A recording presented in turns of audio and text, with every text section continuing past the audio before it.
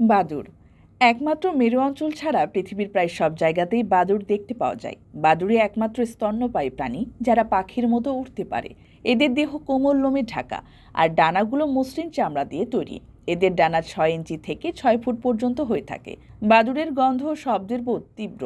এরা খাদ্য ও আশ্রয়ের খোঁজে ঘ্রাণশক্তি ও দৃষ্টিশক্তি ব্যবহার করে।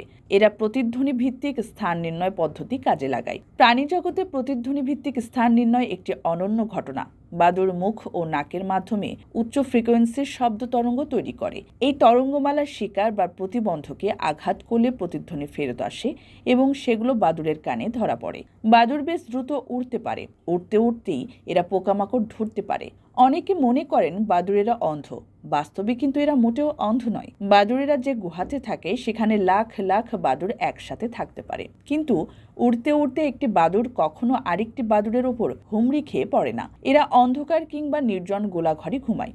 সারাদিন এরা ঘুমিয়েই কাটায়। এদের ঘুমানোর পদ্ধতিটিও অদ্ভুত। এরা উল্টো হয়ে ঝুলে থেকে ঘুমায়। রাতের বেলায় এরা জেগে ওঠে, তারপর দল বেঁধে পোকামাকড় খুঁজতে বের হয়। পাখির মতো উড়ে বেড়ালেও এরা কিন্তু ডিম পাড়ে না, সরাসরি বাচ্চা প্রসব করে।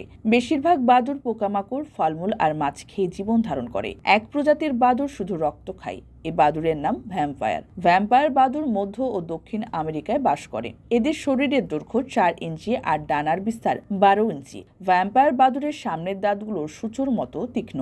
ওই তীক্ষ্ণ দাঁত দিয়ে এরা ঘুমন্ত মানুষ, গরু, ঘোড়া, কুকুর, ছাগল এসব প্রাণীর গায়ে ছিদ্র করে।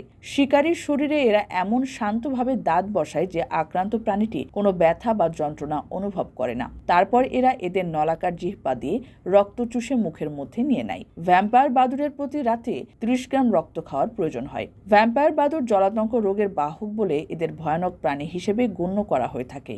সবচেয়ে ছোট বাদুড় হলো বাম্বল বাদুড়। এরা লম্বায় মাত্র 1 ইঞ্চি হয় এবং এদের ওজন হয় মাত্র 2 গ্রাম।